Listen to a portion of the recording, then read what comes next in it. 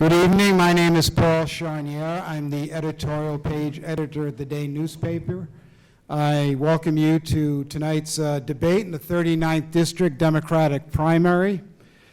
We're happy to be at this fine facility, the Science and Technology Magnet School of Southeastern Connecticut. Our debate in the 39th District is being broadcast live, streamed live on the day.com, and excerpts from the debate will be available later on the day.com. The event is sponsored by the Day newspaper and the Chamber of Commerce of Eastern Connecticut. I'd also like to thank the League of Women and Voters of Southeastern Connecticut, who will be serving as our timekeepers for this event. Our candidates on the audience's left is the petitioning candidate in the Democratic primary, Chris Soto, and he is up against the endorsed candidate and the incumbent representative, Ernest Hewett. The format tonight will have alternating questions to our candidates. The candidate taking the question will have 60 seconds to respond. The opponent will have 90 seconds to give his comments and offer rebuttal. And then another 30 seconds for the person who took the question originally to comment, and there will be some provisions for some further rebuttal at the discretion of the moderator, myself. I will be joined on my left by the managing editor of the Day newspaper, Tim Cotter, and to my right, familiar Mediview in New London, our Day staff writer covering the city of New London, Greg Smith. I will ask the audience to be respectful of the candidates and refrain from applause or comments, and allow the candidates to have the time tonight to present their views on the issues. So we're going to go straight to questions, and we conducted a coin toss to determine the order of the questions, and the first question will come from Tim Cotter, and it will be directed to Representative Hewett. Representative Hewett, you submitted a bill that would have created a taxing authority in Fort Trumbull. Could you explain to us why you submitted that bill and why you withdrew it, and how that taxing district would have worked? First of all, thank you for everybody for coming out today, it being part of the political process. I figured you'd ask that question. As a matter of fact, I was anticipating it being the first one that you asked. But anyway, getting to the bill. This bill is not something new. This is not something new. This has been done, and a lot of people that live in the city of New London doesn't know that downtown New London has a special taxing district. This idea came to me from a colleague of mine that I've been working with for the last 12 years, named Representative Don Clemens out of Bridgeport, Connecticut. Representative Don Clemens has been working on Steel Point for as long as he's been in the Connecticut General Assembly. And Steel Point was stagnant, just like Fort Trumbull is today. And what happened was we submitted a bill, and the bill, the next day after Mr. Collins came to the state to the public hearing, which he said that I tried to get the bill passed in the middle of the night, that wasn't the case. If it would have been in the middle of the night, it would have never had a public hearing. I'm going to have to cut you off. The rules, 60 seconds to initially. You will have a 30-second chance to comment further after we hear from Chris Soto. You have 90 seconds to comment. Great. Well, again, I want to thank everybody that came out tonight, the Day, the League of Women's Voters, the Chamber. Pleasure to be here. And so, talking about the bill that was introduced, I definitely support the idea of economic development, right? And that's not what people had an issue for, but it was about submitting something that, as Representative Hewett went on record, as not knowing what it was about. And I think that is kind of the difference, right? Like we're both going to stand here and support economic development and support getting things forward in New London, but after 12 years, it's about kind of not keeping your eye on the ball and making sure that we are paying attention to those details and we are paying attention to the things that are going to be important to New Londoners. Rebuttal? Yes. Well, first of all, I knew what was in the bill. What you're doing, you hear in Dave Collins' account of what happened. If you know Dave Collins came to the state of Connecticut up in the General Assembly and sat there and interviewed me about the bill. When I said something that he didn't want to hear, he stood up and started yelling to the top of his voice with F-bombs like you would not believe. If you know David Collins, you know that, because then I says, at this point, I'm not going to stay in this conversation with any interview. This bill was not done in the middle of the night. It was done, and the public hearing was the same day that he came to the state of Connecticut. So this is not nothing that was done in the middle of the night. I knew what was in the bill. I read bills. I've been there 12 years, and I've learned to do that. Thank you. Mr. Soto, I could give you another 30 seconds. Do you have anything further on this question? Sure. I mean, he says he knows what was in the bill. We know that he was on record as saying, that's a good question, I got to find out.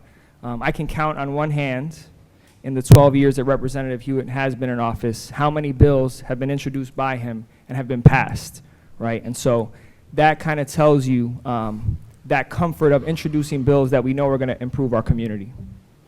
And if Representative, give you the last word on this question before we move on. I'll be the first to tell you, I don't like introducing a lot of bills. To me, I think we should get rid of some of the bills that people introduce, like bingo halls and stuff like that. That has nothing to do with what's happening in the state of Connecticut. I think it's crazy, and that's why I don't introduce a lot of bills. But I can bet, you bet your bottom dollar that the ones I do introduce has some merit to it and will take this state forward. All right, thank you. Our second question will come from Greg Smith to Mr. Soto. Turn up Mr. Soto's mic. Yeah, please. Soto's mic. Turn up Mr. Soto's mic. Mic check, check. So we can hear him. Mic check, check one. Is that better? Is that better? Is that better? Mic, mic, mic. How's mine, good? All right. Do our technical people be able to try to adjust that, or? Mic Yeah. check, mic, Yeah. mic. Unfortunately, we were set up by the school system when we're working the best we can. There wasn't a technical person available that was left at the school. So we're going to have to continue with debate best we can if and we'll take a look and see if we can figure something out. But if Chris, if could hold your, we do know it's being picked up at a good level on the day.com. All right. I'll just have to use my command voice.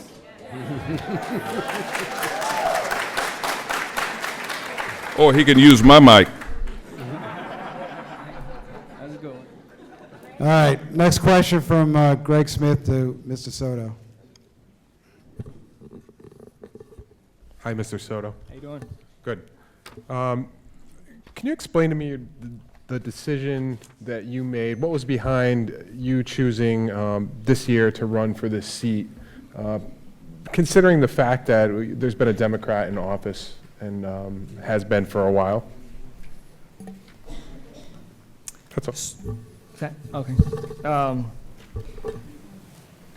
So the reason why I'm running for state representative is the reason why I decided to join the Coast Guard when I was 17 years old.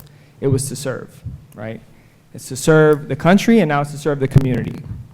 And so, I've been back in New London, kind of observing, and I'm going against someone who, to quote his own words, says that if it ain't broke, don't fix it. And I'm trying to produce ways and solutions to move our city forward. And so that's really what's motivating me. I'm running for the youth that I've been working with that don't have a voice. I'm running for the elderly that are losing their voice. And I'm running for the people that do have a voice in this room that want to make sure that their voice is heard. Thank you, Representative Hewett. And again, please, if we could withhold the applause, I appreciate that, so we can hear from the candidates. I mean, this is a question for me? You heard Do you want me to respond to the question? No, respond to the question, Mr. Soto. The question was, why challenge an incumbent? We have a Democratic Well, incumbent already in that place. that would be my question too. You could feel Well, free right, to well, respond, or we can move on. I would say the same thing. Why run against me now? I've been in Hartford 12 years. I remember the beginning of this year, and you're talking about passing bills. I'll take this time to talk about the bills that I haven't introduced. I introduced a bill this year that would take the magnet school system into another level. Dr. Rivera called me at the beginning of the year, and I asked him what's the one thing that he needed passed this year for the school system in New London. And that was because we didn't meet the quota of minority students coming into the city of New London. He had me introduce a bill, and it got passed, and now I think we get more time in making that quota. So that was the number. That's one of the bills I introduced. So, he says I don't introduce any bills, but I do. So, do I have 30 seconds? Yes, you have 30 seconds. So I'm so glad that he brought up that issue of the racial balance bill. And so our first year that Nathan Hale went online, we had that waiver. And it was the second year that Nathan Hale was online that we didn't get the waiver. And Nathan Hale lost $1 million. And that's why the superintendent said that I need this bill for next year. So yes, we have it for next year, but let's not forget that we needed to be proactive and do that before, so that way Nathan Hale didn't lose $1 million. Well, first of all, you have 30 seconds to you didn't respond to have this waiver. This waiver brought us in line with Schiff versus O'Neill. The only school system in the state of Connecticut that has that is Hartford, Connecticut. So I really don't know what you're talking about, but that's not the one we introduced. So I take my direction from people in this city, like the mayor, the superintendent of schools, whatever they need, that's what I'm in Hartford to do for them. Anything further, Mr. Soto? You'd have 30 seconds for rebuttal, and if not, we'll move on. The next question goes to you, Representative Hewett. For 6 years now, Democrats have controlled the House, Senate, and governor's seat. You have been part of that majority. Yet despite large tax increases and reductions in labor, the fiscal problems continue. Why should voters rehire you if you haven't got the job done? I have got the job done, because I represent one town in the 169 towns, New London, Connecticut. And I have a track record for bringing money to this district consistently since 2004. And I don't think nobody in this room can argue with that. If you do, I got the numbers for you. Mr. Soto? Yeah. So, correct. It's crazy up in Hartford. State Representative Hewett knows that. And as someone who has built a business in the city, someone who looks at budgets every day, knows how those budgets affect people, it's time that we have someone who has critical thinking, a critical thinking lens that can look at that budget and offer some new solutions that haven't been presented in the last 12 years. We know what the last 6 budget cycles look like under Representative Hewett, and if we want to go down that road, then we can do that, but I'm hoping that we can go down a new road, right? That's going to help New London win down the road. He talked about 2004. Well, since 2008, New London has lost considerable amount of money for schools. Last year alone, it was $7 million, right? And this is not new money. This is money that's out there that other districts are getting overfunded for, okay? So that money exists. It's about having someone that's going to speak up for the money that we're losing. And that's been started since 2008, and I still have yet to see, this is the first time that we're actually hearing about it, because our campaign kind of uncovered that and said, where's this money going? Response? Representative Hewett. Well, I did the numbers. I did the numbers on what the school districts that you're talking about is losing. And today I actually did the numbers, and it equaled to almost $700 million. And I want to know from you, when I get through with my response, what ideas do you have to fund those school districts for $700 million? Do you suggest raising taxes? Well, I'm not going to be a part of that, okay? And even if you took the money from the schools that were overfunded and gave it to the ones that was underfunded, you still would be around $500 million. That's a lot of money. And I'm not, and when you talk about creating jobs, When I left elected I'm going to cut you off there, just to be fair. If you could watch, you both have your timekeepers. They'll I hold got up the you. sign. I No want to be problem. fair to everybody. Last word, Mr. Soto, on the issue of finances and the state situation. So, I mean, we can talk about $700 million for all the districts in the state, but I'm talking about $7 million. Connecticut Mirror reported on it. We know that we've lost ECS funding. That's the funding that comes from the state, $7 million. Let's think about that. If we just had 1 million of that, we wouldn't be talking about municipal tax increases this year, right? We're putting a strain on our municipality because we don't have a champion that's asking for that money coming back to New London. Chris, Well, I think, you know, Amen. I think we went back and forth. I think everyone, I'm sure that issue may come up again. In fact, I know it will. oh yeah, well, I'll make sure I bring it up. Yeah. The next question is from Tim Carter to Mr. Soto. The concept of magnet schools has come up. Some people in the city think the new magnet school not being located at the Guard Art Center was a missed opportunity. What do you think could have been done to make that location work? And what would you do in Hartford to make sure that the state funding is not lost with the location being changed?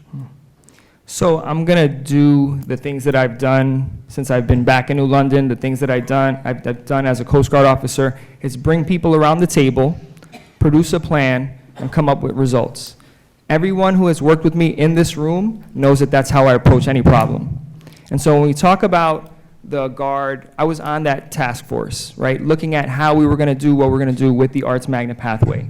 And so there's no doubt that we have to keep supporting the Magnet District and that Magnet transformation. But again, we need to introduce legislation with teeth that are going to help the rest of our magnets that are come online, that's going to make sure that they don't have those waivers that they need, right? That there's legislation that ensures that they have the racial balance for about 2 or 3 years before they can get online. Representative Hewett? See, Chris, the Coast Guard works with one person telling everybody else what to do. The General Assembly is a democracy. It doesn't work like that. You need somebody in Hartford that can hit the ground on day one running, and that's what I've been able to do. What happened with the Guard Arts Theater was the superintendent and the Guard has been negotiating back and forth to try to locate the magnet school into that building, but they didn't have enough space to do it. Now what we're going to do now, my job was to bring the $35 million to the city of New London, and I did that successfully. That money is still there. And now we're going to probably move that school to the north campus of New London High when we do that. So it's not lost. It's not lost. But I can tell you what, Hartford don't work like the Coast Guard. You keep saying that over and over and over. It doesn't work like that. Thank you. Mr. Soto, any further comment? No. All right, we'll move on to another question then, and it's from Greg Smith to Representative Hewett.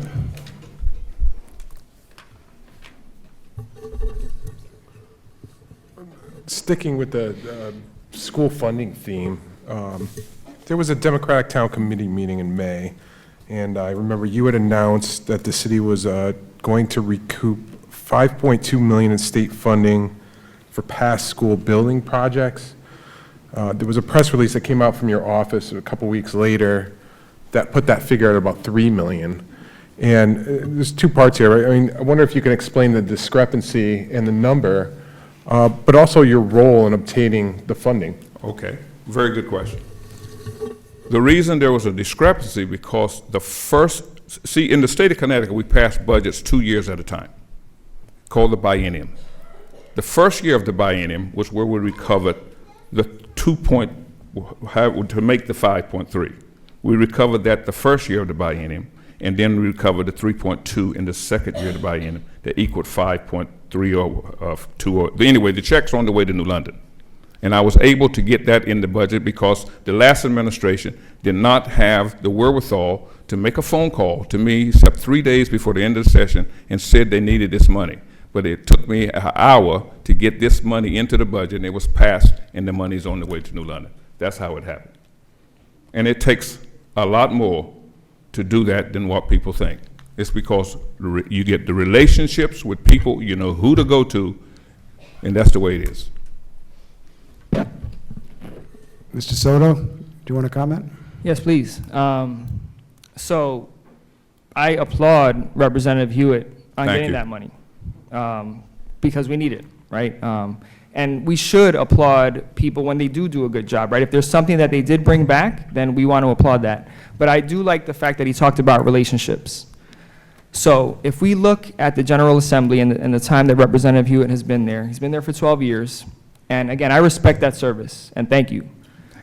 But we've seen other state representatives that have gone in there after and have risen to leadership in shorter time than Representative Hewett. So whatever the politics are, it doesn't matter. But how does that benefit New London? How does that benefit New London when you're not the committee of a chair after 12 years? Can I respond? Yeah, please. Chris, I've refused 5 chairmanships of committee since I've been in Hartford.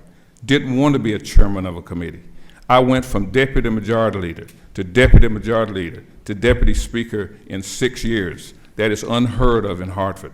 And now you saying that why I haven't rose a little higher? Let me tell you what those relationships does. Those relationships are not easy to bond. They're not easy at all. But I was able to do that in the time that I was there in 12 years. Mr. Soto, 30 seconds for rebuttal.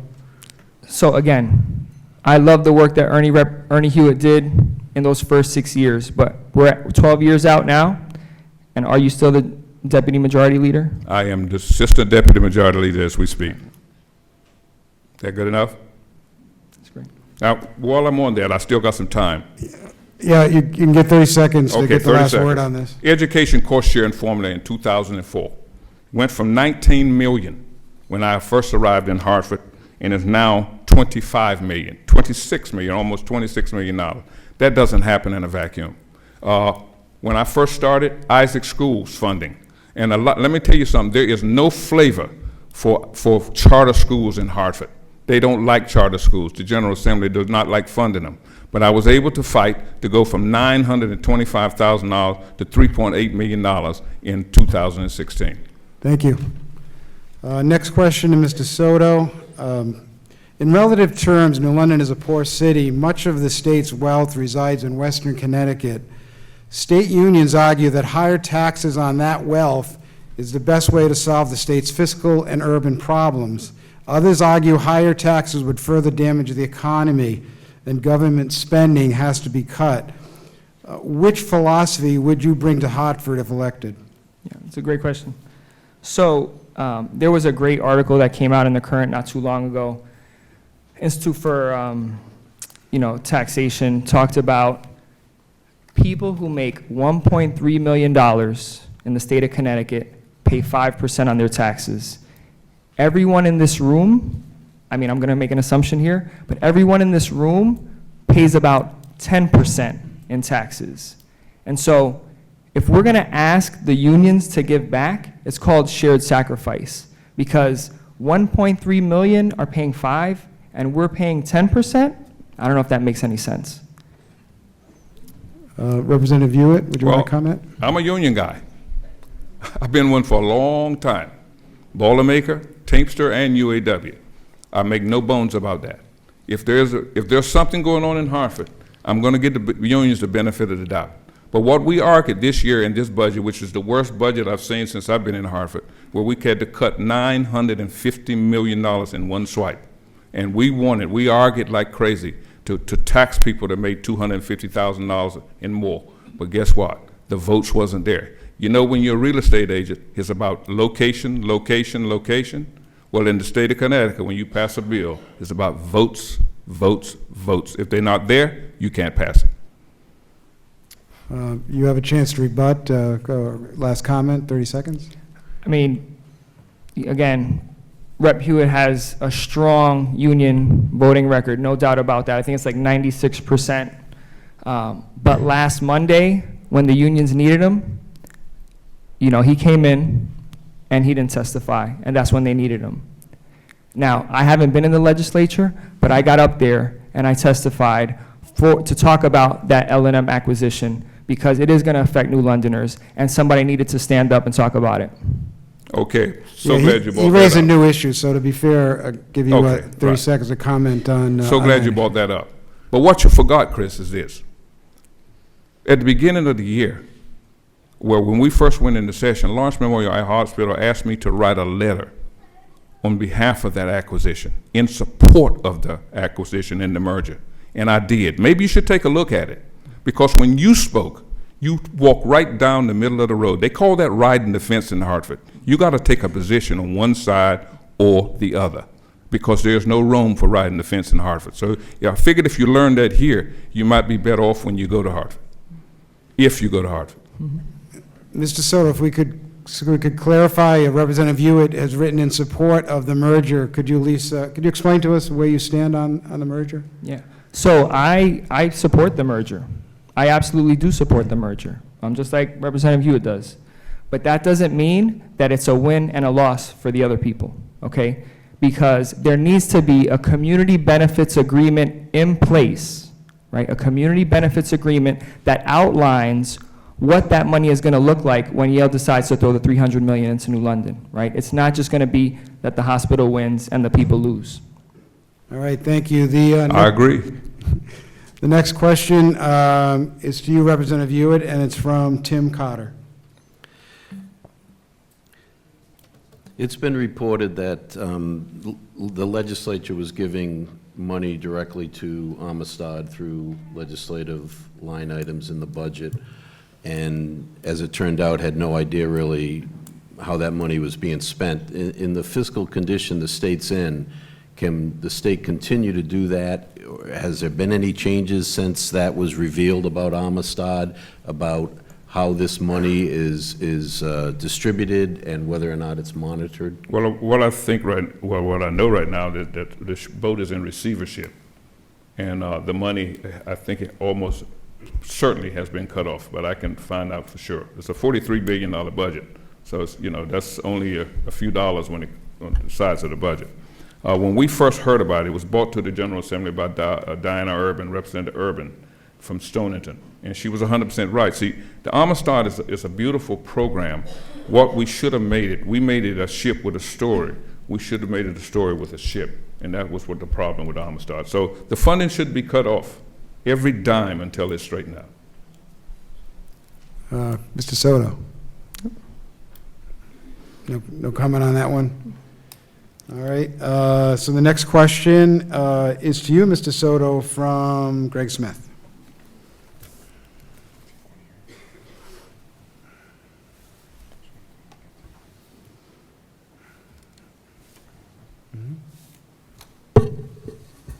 Mr. Soto, in the state legislature, seniority and experience can equal influence. Why should New London Democrats replace a legislator with seniority and experience with a freshman who would have to learn the ropes? You addressed some of this before, but maybe we can elaborate. Sure. So I think there's like this fallacy out there that I don't have relationships in Hartford. Some of them are in this room tonight, and I thank them for coming down. And so, let's kind of clear that up for a second, because I'm not going in there, with, no experience and relationships in Hartford. And Representative Hewett has seen me up in Hartford, working on the Latino Affairs Commission, working with state legislators. So that's number one. Number two, again, Ernie Hewett has been a great representative, in those first 6 years. And now we're kind of seeing the effects of what and kind of why we might need term limits, right?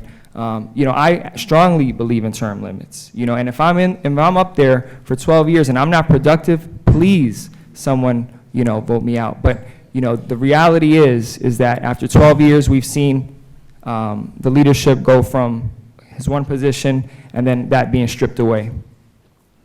Well, you want to open up that door, Chris? Let's do it. Let's Okay. do it. Well, let's open up this door right here. Tell me why that you are in a Democratic primary. You call yourself a Democrat. You're running against a Democrat. But you're writing checks to another legislator, Republican legislator, that's trying to upseat one of the most senior Democrats in Hartford. That doesn't make sense to me. Number two, Why are you receiving checks from a Republican right here in this district, right across the bridge? Receiving checks from him for your campaign. Number 3, you were appointed to LPRAC. He was. And I've seen him around the Capitol. But you were appointed by the highest ranking Republican in the state of Connecticut. Why, Chris? What do they want from you? Could you, please, no applause, let's be respectful. Could you, before we give Mr. Soto a chance to respond, could you, what candidate we're talking about that? Of course. You wrote checks to Emanuela Palmeras. Emanuela. Yeah. Well, okay, I'm not Hispanic, but I'm working on it. And you wrote checks to her campaign. I don't write checks to Republican campaigns because they want something from you. They almost, they think they're this close to taking over control in Hartford, so they'll do anything to get me out of there because I'm the senior member of the Democrats in southeastern Connecticut, and they want me gone, okay? There's a reason why Groton lost so much money in ECS funding. There's a reason why Waterford lost so much money. It's because they have one thing in common. They have rookie legislators in Hartford. All right, thank you. Let's give Mr. Soto a minute, since we had a new issue raised. If you can go ahead, Mr. Soto, on this funding of a Republican candidate, if you could comment.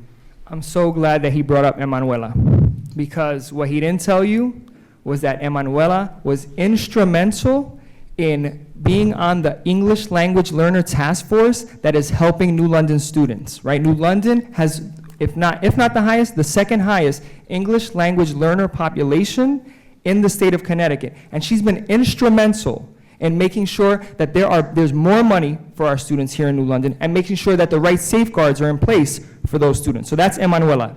Number 2, John Scott. Yes, John Scott is a friend, just like Emanuela. And John Scott is also helping New London students. He serves on the Board of Directors of Higher Ed, and I thank him for his service, because of him and because of our Board of Directors, and many of you are on Board of Directors, more kids in New London are going to college. Please, again, if we could withhold the applause. We're just cutting into the time of our candidates. Thank you. Yeah, you have 30 seconds to respond, Representative Hewett. You're right. You're 100% right. And my wife is French. She tells me "femme la bouche" all the time. So I understand the English language versus another language thing. But in Hartford, Connecticut, John Scott, this friend of yours, has voted against every minimum wage package that we ever tried to introduce up there. What they do is they get all this beautiful stuff they want in the budget, and then they vote against it.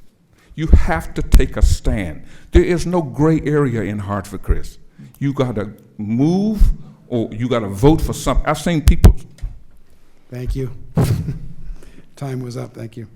The next question goes to Representative Hewett.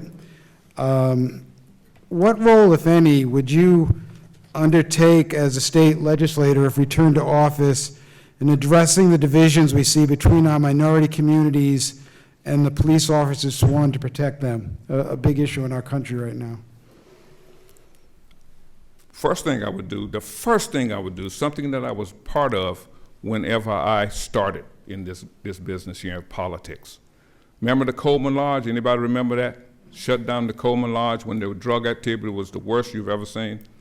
I think the number one thing we can do is community policing, where these police officers walk through the community and get to see the people that they may or may not arrest one day, but at least you know and have a relationship. That's where I would start. It's getting out of control. It's really getting out of control. Everybody don't think like me. Everybody don't think like you. But some people are crazy. They'll do some crazy stuff, and it's bad. But community policing, I think that's the place to start right there. And Mr. Soto, if you could comment on the issue. Yeah, I absolutely agree, and this is probably one area that Ernie Hewett and I are going to so wholeheartedly agree on that issue, community policing. Thank Absolutely. you, sir. All the data that's out there shows that that's where we need to invest our resources. You know, for me, this issue is very personal. When I got my license when I was 17 years old, the first thing that my mother told me was, I don't want you driving down the New Jersey Turnpike, because in 1998, 4 Latino and black students got shot in a car on the New Jersey Turnpike. And then 6 months later, I decided to join the Coast Guard and become a law enforcement officer. Spent 5 years in the Straits of Florida making sure that drugs weren't hitting our shores, and 3 years after that, making sure that bad people weren't trying to bring bombs into our ports. So if there's someone that's uniquely qualified to bring both sides of the table together, I'm the person. I can respond? Again, please. Let's be fair to both candidates. Representative Hewett, you have a chance to respond. Chris, you make it look like that the Coast Guard is the most unique thing in the world, and it's a beautiful thing. I worked on Trident submarines for 20 years of my life, building Trident submarines for Navy personnel to go out and protect this country. So I've been there, done that. I get that.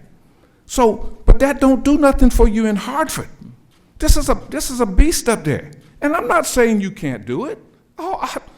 Look, man, I asked you to run my campaign 2 years ago, remember? You refused me, but I asked you. So I must have had to have some kind of confidence in you. I get that. But up there's a whole different animal. So, and I didn't know that growing up in... Let you go a little bit. Didn't want to cut you off mid-sentence. Anything more to say on this issue? Yeah, absolutely. We'll close out this question. You have 30 seconds. And he's right, and I'm humbled that Rep. Hewett asked me to run his campaign. And what he actually said at the rest of that conversation was, once I'm done, you're going to be great for the office, right? And so, Quiet, please. and so it's not a matter if I can't do it. It's just some people have an issue that it's going to happen now. No, what, wait, no, what I told you, that's not what I told you. No, what I told you, I says, when I retire, I will endorse you for the office. That's what I told you. So let's get it straight. All right, thank you. After that spirited exchange, we'll move on. The next question is from Tim Cotter, and it's to you, Mr. Soto. Sticking with law enforcement, guns obviously have been in the news. Police shooting people shooting police. Connecticut has done more than many states in reforming gun laws. Have they done enough? Have they gone too far? Where do you sit on that? So I'm happy that I live in a state that we have the strictest gun laws in the United States. And I'm a proud gun owner. I go to Quaker Hill Rod and Gun Club. I do shoot a gun, right? But I also know what a weapon of mass destruction looks like an AR-15. I shot that gun for 3 years in the Coast Guard at an anti-terrorism unit. I know what that thing does to people, and I'm proud to be in a state that has banned those. Representative Yu, if you could comment on the issue of gun You're right. control. We do have the strictest gun laws in the state of Connecticut. I'll say this real fast. I remember standing in front of Judiciary Committee. Well, I wasn't on Judiciary Committee at the time, but a guy came in, and he came in with a miniature guillotine. And he stood in front of the Judiciary Committee, and he told the Judiciary Committee, before you take my gun, he stood up, took the guillotine, and cut his trigger finger off right in front of the committee, and it fell on the floor. Google it if you think I'm jiving you. That's what he did. That's how these people are about their guns, and I understand that. And the fourth was the amendment that says you had the right to bear arms. It did say you had the right to bear arms in case of militia. Okay, I have a state permit myself. It's expired. I got to get it renewed. But I do have a state permit, and I have no problem with people with guns. So when it comes to guns, I think we did the right thing. Anything further, Mr. Soto, on that one? No, it's the Second Amendment. Thank you.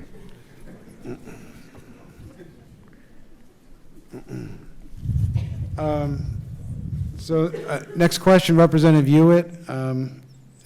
You're the chairman of the Collective Bargaining Subcommittee on Appropriations, is that the case? That's Okay. correct. Do you feel it's appropriate to push for pay and benefit concessions from the state labor unions to reduce spending? Or if not, what approach will you take as we go through the bargaining process we're seeing in Hartford? I think it was okay. God, I wish I had some water. Oh, my God. Thank you. One thing I didn't, I did. it's the first one of the year, it's one thing I didn't think of. I think it was okay what we did when it came to collective bargaining, when the unions had to give back, but I think we're just asking them to do too much now. And I won't support them giving back. Right now, they're laying off people like crazy, and I don't support that. Okay, Mr. Soto.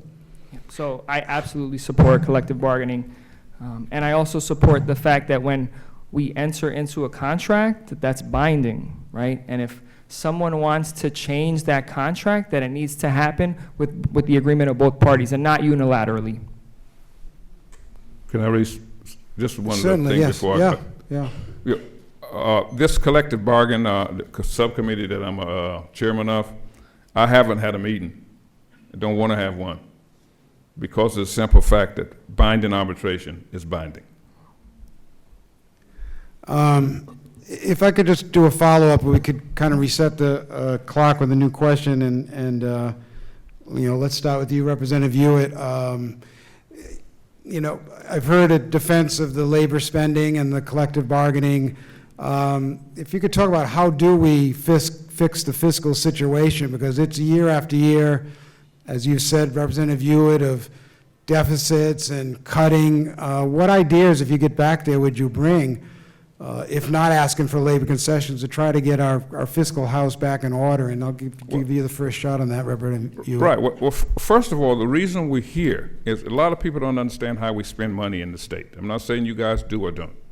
We don't have the luxury of collecting money and then spending it. We have to spend it in hopes that we collect it.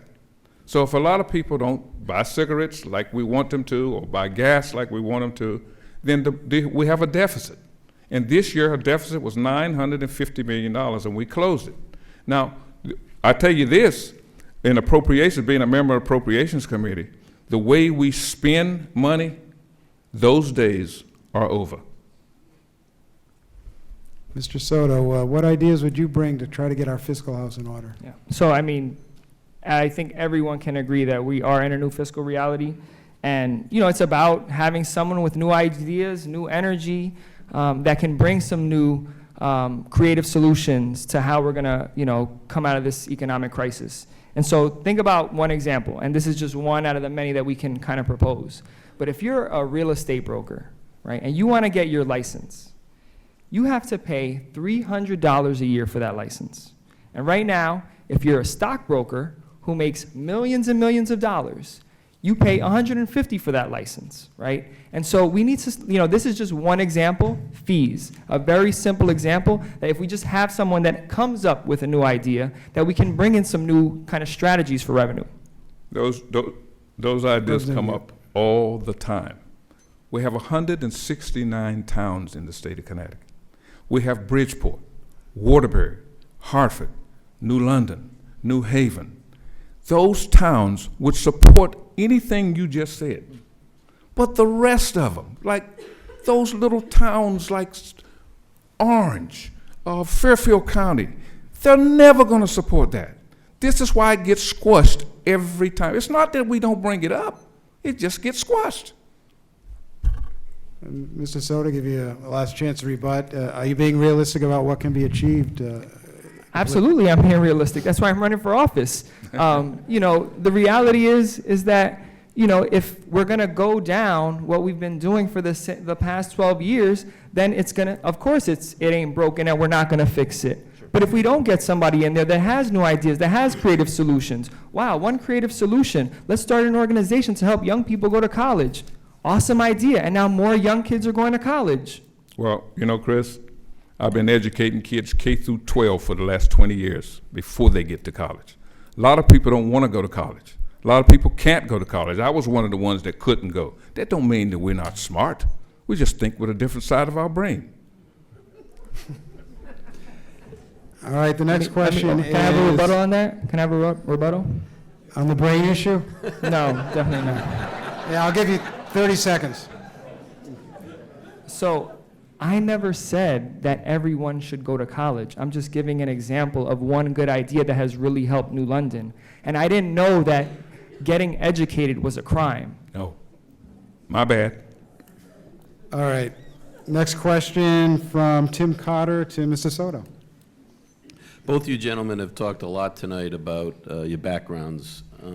If you could tell us, Mr. Soto, Coast Guard keeps coming up, but what about your background and your life experience would make you a good representative of the people in New London? Absolutely. So, I'm not going to talk too much more about the Coast Guard, other than just saying that, again, I think those people that have worked with me in this room know that I do have a skill about bringing people around the table. When I first came back to New London, we had Connecticut College, the Coast Guard Academy, and Mitchell College, all doing things, right? And they were doing things for our community in terms of education, and no one was talking to each other. And we did great work putting that committee together, working with the school district, approved by the Board of Education, to make sure that there was communication, and we were supporting the AVID program. And so I think one of the best skills that I bring to the table is I do know how to bring people around the table that maybe are going to compromise on some of these new ideas that we're trying to bring forward. Maybe, Mr. Hewett, you could talk about your background and life experiences. And I came here with $150 in my pocket, man. I was broke in 2 days. I started as a community organizer, fighting drugs in the neighborhood, getting bullets pulled out of my house, crack vials in my driveway. I know what the other side is, okay? So I know how to bring people together too. I had to bring at least 85 of them together to start that neighborhood group. You know how hard that is? Well, guess what? We succeeded. We shut them down.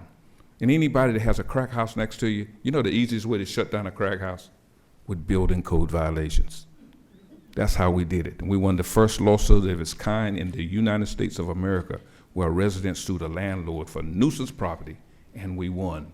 And the rest is history. Anything more, Mr. Soto? Again, I applaud Rep. Hewett for the work he did on Coleman Street, cleaning up Coleman Street, but we're looking at now. What is the new legislation? What are the new ideas that are being put forward to improve New London, right? We're not talking about if it ain't broke. We're talking about the future. Well, the magnet schools was a good one. We're getting ready to turn that curve now, and we may be the best school system in the state of Connecticut when we're done. We started from the bottom, now we're here. Hey. All right. The next question to Representative Hewett is from Greg Smith. Mr. Hewett, do you support the location of the U.S. Coast Guard Museum in downtown New London? And do you have any confidence that the state, the money that the state pledged, I believe it's for a pedestrian bridge, about $20 million, is still secure? I'm sorry, I was looking through some notes. Can you repeat your question, please? Do you agree with the proposed location of the National Coast Guard Museum in downtown New London? And do you have confidence in the money that the state pledged towards that project, which is about, I believe, $20 million? I have confidence that the money will still be there, and if it's the last thing in my power, it will be there. Whether it's located in New London, downtown or Fort Trumbull, what's going to happen if it goes in Fort Trumbull, then the funding, the people that's funding this program is most likely going to stop, because that's not where they want it to go. I would love to see it in an area that is bigger than downtown New London, but that's not reality. I think it's going to go in downtown New London. Mr. Soto, on the Yeah. Coast Guard Museum? Mm-hmm. I want with every bone in my body for that Coast Guard Museum to be built. But I'll be honest, I don't support that location. But I'm also not going to actively try to sabotage it. And I think we're going to see through the process, as we have seen through the process, that although it was a good idea to get it downtown to encourage business, there are a lot of obstacles that are being created to have it downtown. But I'm not going to actively try to derail it. We agree on that. All right, thank you. Next question to Mr. Soto. We've heard about the magnet school being raised as an issue. New London seems to be getting very close to that goal. Yet you'll be, if you are elected, you'll be going to a legislature. Everyone's going to be fighting for every dollar. What do you see as the potential pitfalls for completing the magnet school effort? and what would be your approach to make sure that you can overcome those potential pitfalls? Yeah. So my approach is going to be working hand in hand with the superintendent. We have a great working relationship. We've been working well together for, since he's been back. And it's ensuring that whatever we need to do, like legislation with teeth, that's going to make sure that our future magnet schools have a 3-year grace period in order to meet their racial balance, in order to meet the racial balance, that we have teeth and legislation that gives us that waiver. So we don't have to go back every year to get the waiver. If you could talk about that question, making sure that this effort is completed with our magnet schools. Representative Hewett. Yes, that makes sense, to keep the waiver in place. I'm sick that we had to go and introduce legislation, but we tried everything in our power to do it without legislation. We met with the State Board of Education. We had all the major players in the room, the superintendent, the mayor, myself, and she sat and told us that you can't do it without legislation. So that's what we did. We went and got a bill passed, and it got passed, and that gave the superintendent exactly what he needed. This magnet school is we're not done yet. It's still a lot more to do.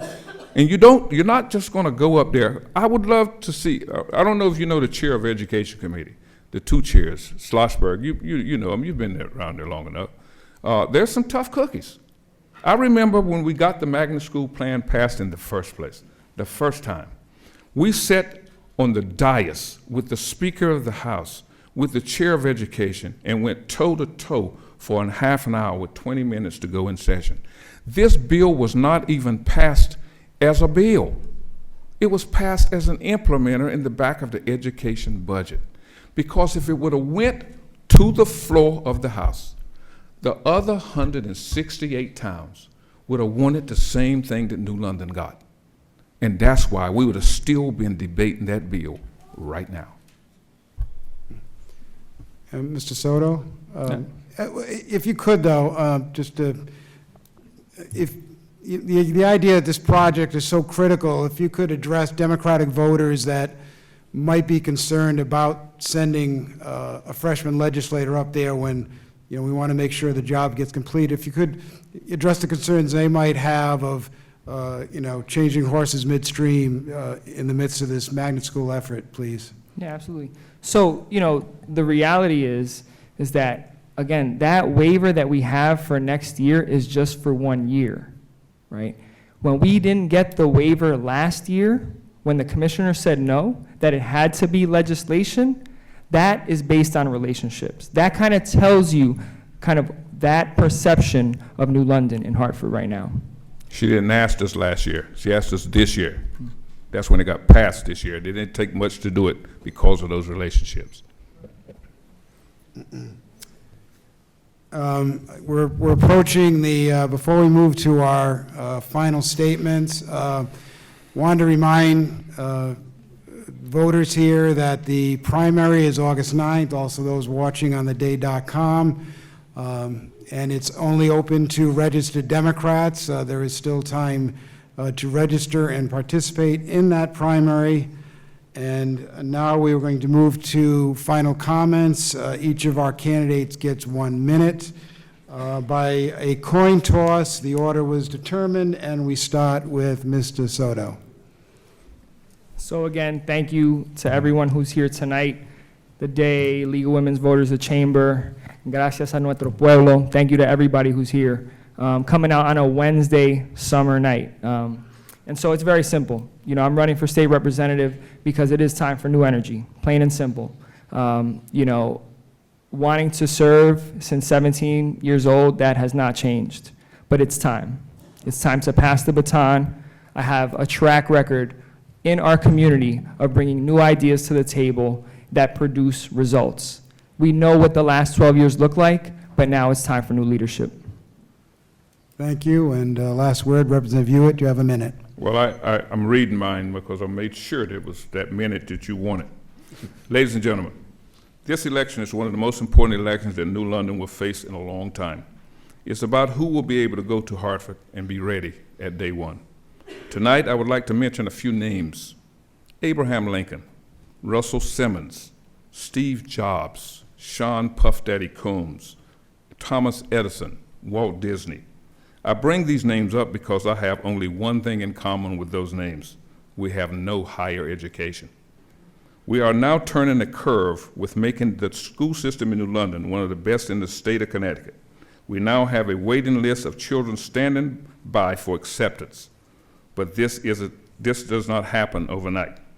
At this critical time in our city, we cannot afford to hear about promises. We need results. What we need right now, and if I can quote and use the words of David Collins, the columnist from the New London Day newspaper, quote, "How about it, Representative Hewett? You know the city, its residents well. You have had a proven track record of bringing home the bacon from Hartford, a spigot you could be especially qualified to help keep open. There are other municipal chief executives serving in Hartford. Maybe you could do both." I think I have to end it there. You got your minute, I guess. Our minute was quicker than yours. I'm sorry, but I had to be fair. Well, at least I got David quotes out. That concludes our debate. Thank you very much for attending, and we can applaud now.